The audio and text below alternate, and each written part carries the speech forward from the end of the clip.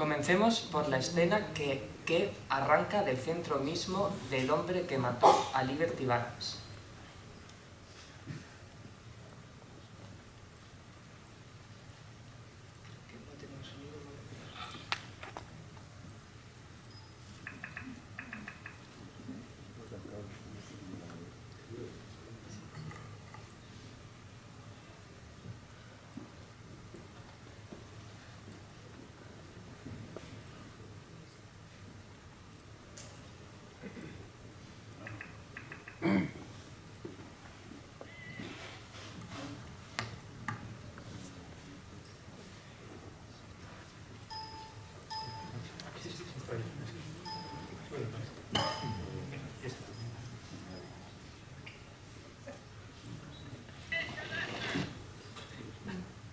Perdón. Bien, pues comencemos por la escena que arranca del centro mismo, del hombre que mató a Liberty Balance. Sobre Halley dará inicio el encuentro con el vaquero.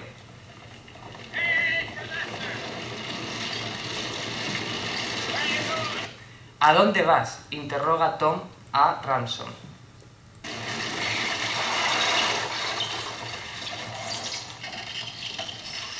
Cruzándose en su camino, le interpela. Y de manera abrupta, Ransom será reconducido por Tom.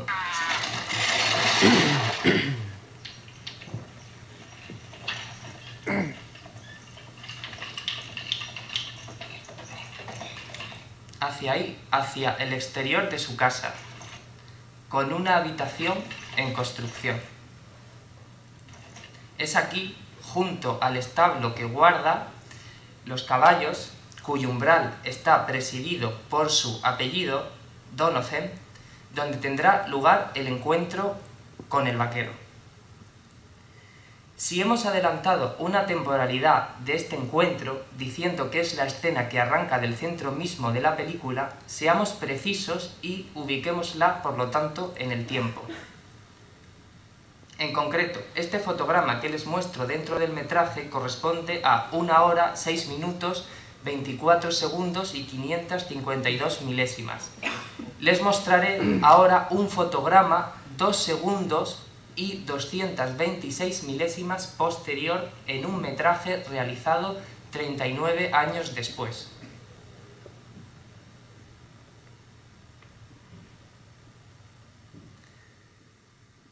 Perteneciente a la película Mulholland Drive de David Lynch.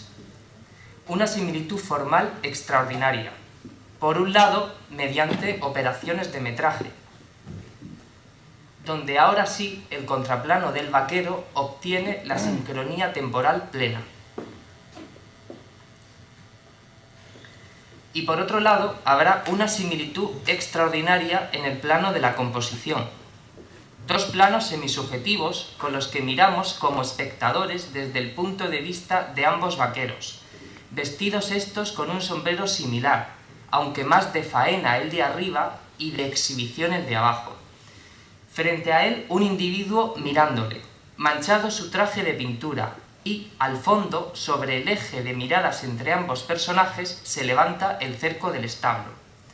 Serán estos suficientes indicaciones formales como para ensayar la reacción entre ambas películas.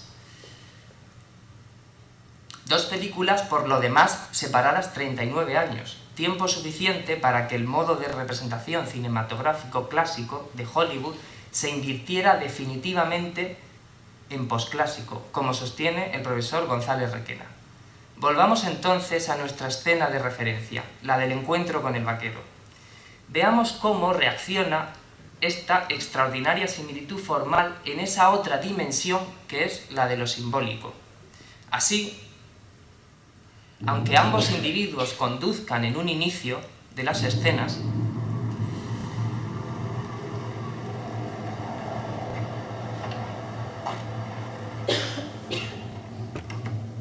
en Mulholland Drive el vaquero no se cruzará y formulará una interrogación sobre el sentido de la marcha. No está el vaquero. Lo contrario que en Ford.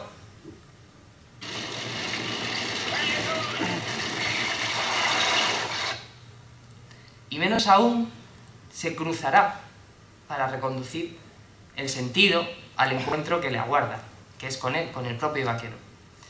Un encuentro en Ford que se produce ahí, en los umbrales del establo. Así, mientras la palabra, el nombre del vaquero, es el que preside la puerta del establo, quedando vinculado a él su acceso, o no. En Mulholland Drive, el umbral ha sido ya atravesado, sin presencia o mediación alguna del vaquero.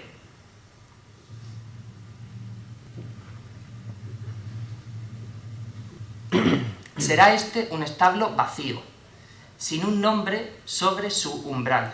En su lugar, en el lugar del nombre, una bestia calavérica que solo resplandecerá anunciando la llegada del vaquero.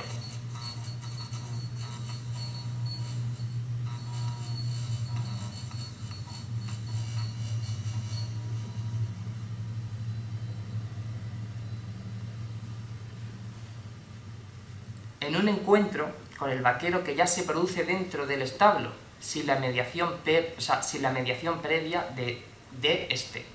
Será entonces esta una oposición radical que reacciona entre ambos inicios de las escenas, entre el dentro y el afuera, y entre la mediación o no del vaquero. Vayamos ahora al aspecto diferenciador mayor de esta escena, el efecto de las palabras del vaquero y cómo éstas resuenan en la resolución del encuentro. Por más que las palabras del vaquero en Mulholland Drive tengan que ver con la tarea de elegir a la chica correcta,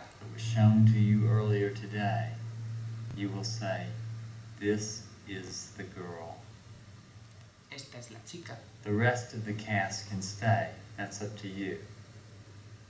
But that lead girl is not up to you. Donde parece sobrevenir una prohibición asociada a ella, sin embargo, el resultado de las palabras de este vaquero, más que albergar un enigma, lo que evidencia no es otra cosa que la ausencia y la esfumación del vaquero. And you will see me one more time if you do good. You'll see me 2 more times if you do bad. Good night.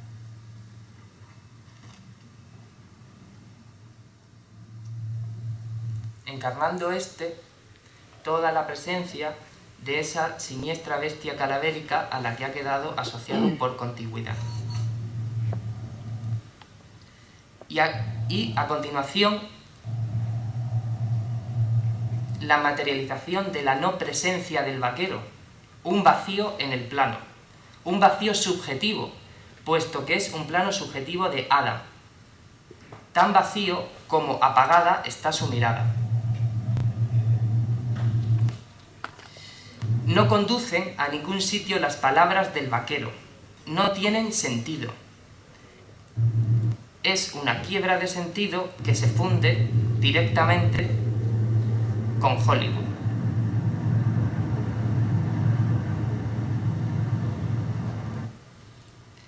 Todo lo contrario en el encuentro con el vaquero de Ford, en cuyo inicio no está otra cosa que la interrogación,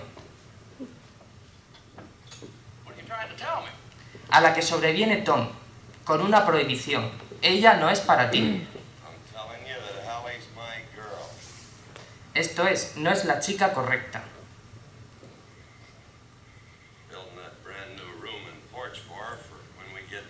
Eso que ves ahí es nuestra habitación, a la que tú no puedes entrar. Y este encuentro no tendrá otra resolución, otra vibración emocional que esta.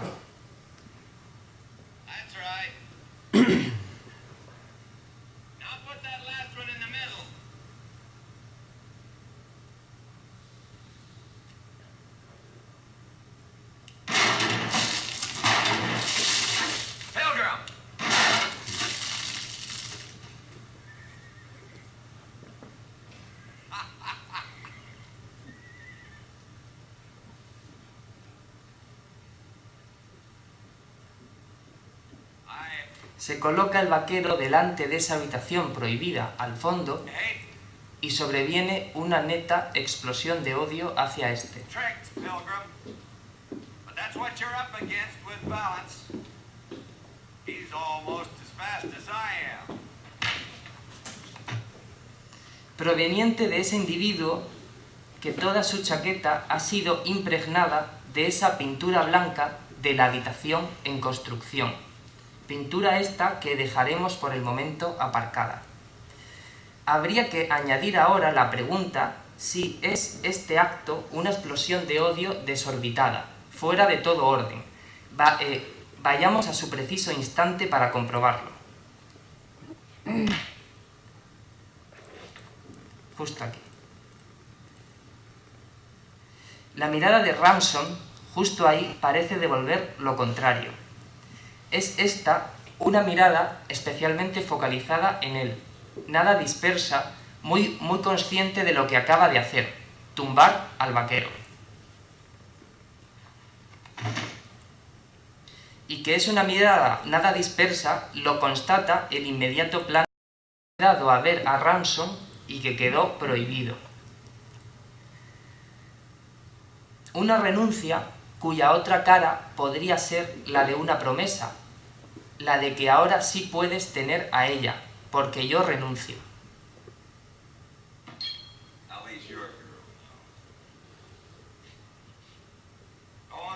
Se formula una tarea.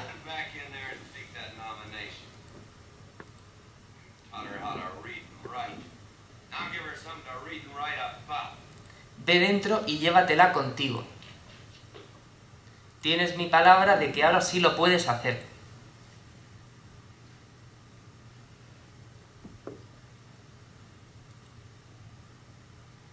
Y Ransom atraviesa ese eje. Resulta preciso, entonces, como este disparo de la prohibición y el odio al vaquero, y este disparo de la promesa y la renuncia están especialmente conectados. Y estarán conectados a través del encuentro con el vaquero, porque la película no contiene solo un encuentro con el vaquero, sino dos. Veámoslos desde su comienzo mismo.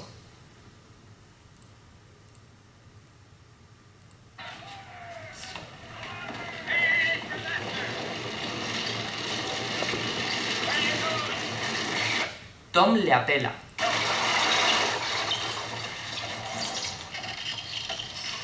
Y se cruza en su camino.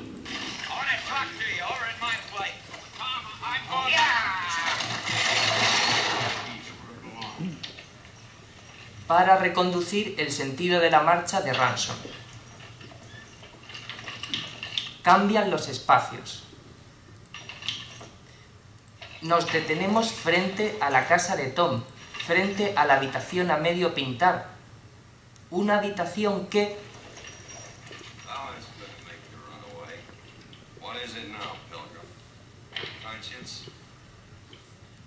pareciera rimar con esta otra. Pareciera que estuviéramos dentro de esa habitación recién pintada de blanco.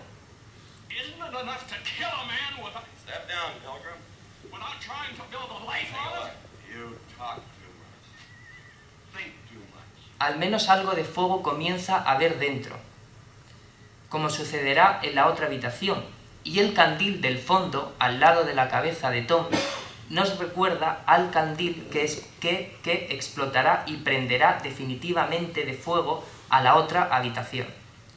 Los elementos del incendio están ya todos ahí. Las posiciones tienden al equilibrio. Ransom a la derecha y Tom a la izquierda.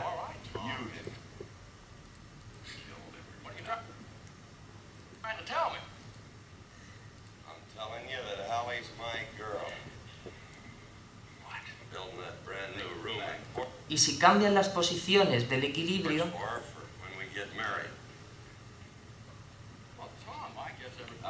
vuelve otra vez el equilibrio.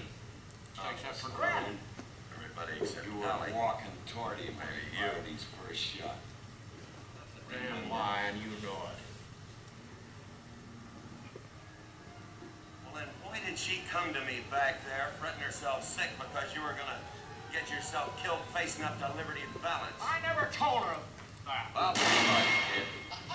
Lo dicho, bajo ese equilibrio, Tom avanza. I think you're bluffing. I'm not Y en el instante preciso, talking about anything. justo ahí, a la vez, Wait a minute, Tom. Pompey? Pompey es invocado.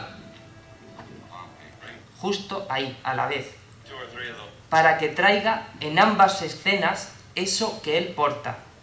Por un lado, 3 latas de pintura con las que está pintando la nueva habitación y por otro lado, el rifle del crimen. Paint cans.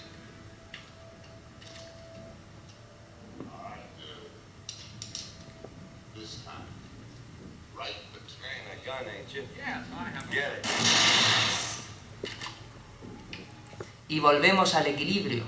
Pompey ahora a la derecha, Tom a la izquierda y Ransom en el centro. 2 escenas que finalmente versan sobre el disparo acertado.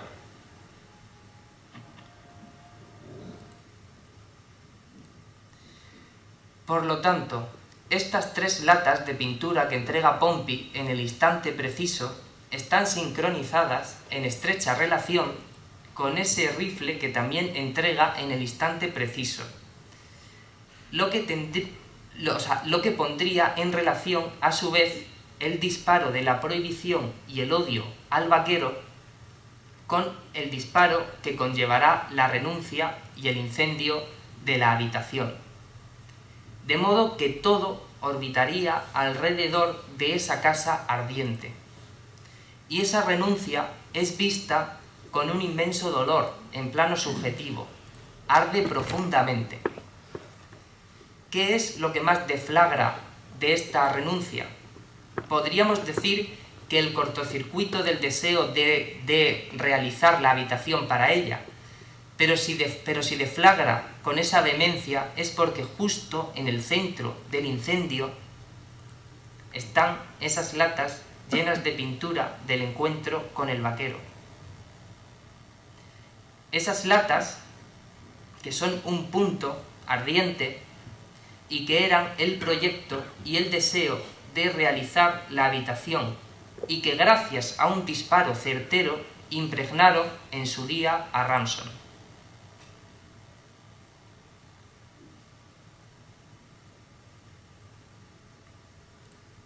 Habría que añadir, lo impregnaron a través de la vía del odio al vaquero, que le mostró el proyecto y lo prohibió. Y sujeto a ese odio y a la pintura blanca, cogió en Ransom los estribos y abandonó la escena del encuentro con el vaquero, precisamente por ese lugar.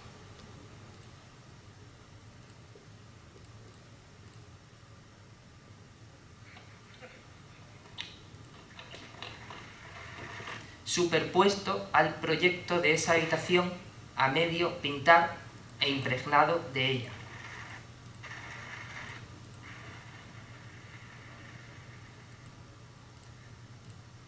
Un proyecto que ahora sí puede retornar, el echar raíces ahí, tener una casa ahí.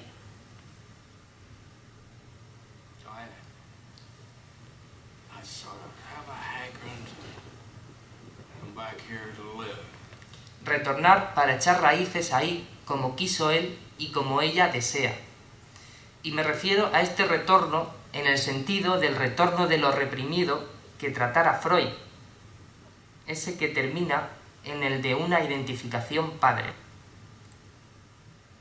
Algo que definitivamente en Mulholland Drive no existe con el vaquero. Un proyecto, un deseo, por lo tanto, que solo puede retornar una vez que se haya introyectado el honor del vaquero caído. Gracias.